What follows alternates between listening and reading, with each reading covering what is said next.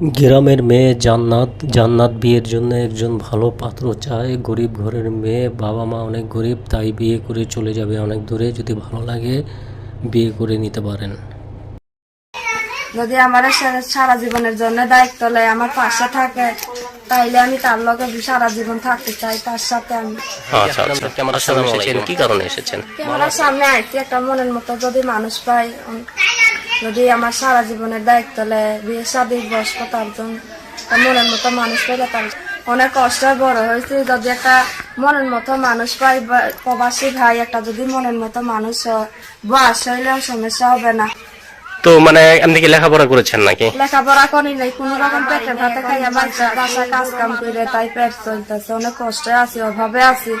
একটা যদি মনের মতো মানুষ পাই, যে সারা জীবন আমার পাশে থাকে, আমার দায়িত্ব লয়, এইরকম একটা মানুষ পাইলে আমি তার সাথে সারা জীবন থাকতে চাই।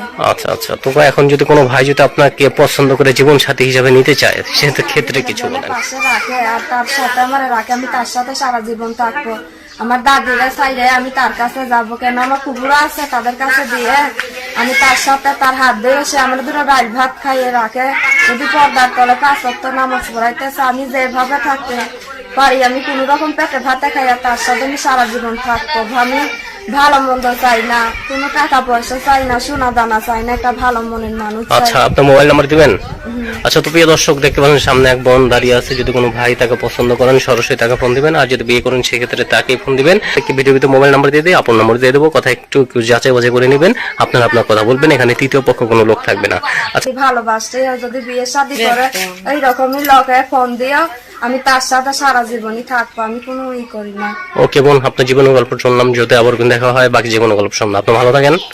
আচ্ছা, তো দর্শক আপনারা ভালো থাকেন, সুস্থ থাকেন, নিরাপদে থাকেন। আসসালামু আলাইকুম ওয়া রাহমাতুল্লাহি ওয়া বারাকাতুহু।